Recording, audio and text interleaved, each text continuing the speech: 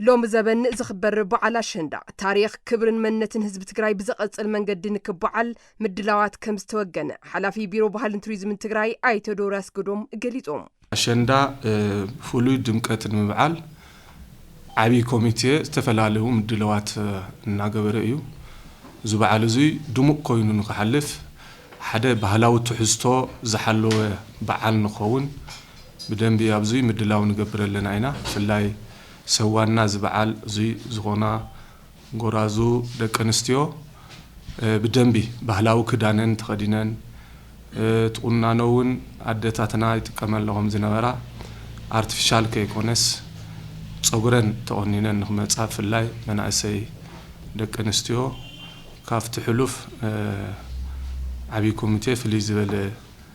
ትኩረት ይወሎ እዩ እዚ በዓል ብድሙቕ አገባብ ንክሐልፍ ዝተጣየሸ ዓቢ ኮሚቴ አሸንዳ ከም ዘሎ ዝገለጹ አይተዶሪ ብሽማ አሸንዳ ትግራይ ኣብ አዲስ አበባ ይኹን ኣብ ወጻኢ ዓዲታት እንትኽበር ብመንግስቲ ትግራይ ጥራሕ ክምራሕ ንምርዳ ይግበራሉ ኢሎም አሸንዳ ኢትዮጵያ ብዝብል ኣብ አዲስ አበባ ዝተጀመረ እንቅስቃሴ ነይሩ ቶም እንቅስቃሴ ከም ቢሮውን ብዕቱብና ተኸታተልናዮ ጸኒሕና ምስ ሚኒስተር ስፖርትን ባህልን እውን ምርዳእ ገርና ኣለና ለዚ ትሕቶ አሸንዳ ናይ ትግራይን ተጋሩን ዋና በዓል ስለ ዝኾነ ዝበዓል እዚ ኣብ አዲስ አበባ ይኹን ኣብ ካልኦት ናይ ወጻኢ ዓድታት ክበዓል ተሎ ብመንግስቲ ትግራይ ጥራሕ ይኹን ምራሕ ዘሎ ዝብል አቋም አቅሪብና ዝተዋሃበና ምላሽ ጽቡቅ እዩ በቀጻልነት ከዓ ምሳአቶም እናተረዳዳና ትኻሊ አካል እቲ همزي አይነት ባህልናን መንነትናን ክምንጥል ዝተልዓለ አካልውን ካብዚ ሕማቅ ተግባር ንኽውጠብ በቀጻልነቱውን ከም ቢሮ ከም መንግስቲ ከም ዓቢ ኮሚቴውን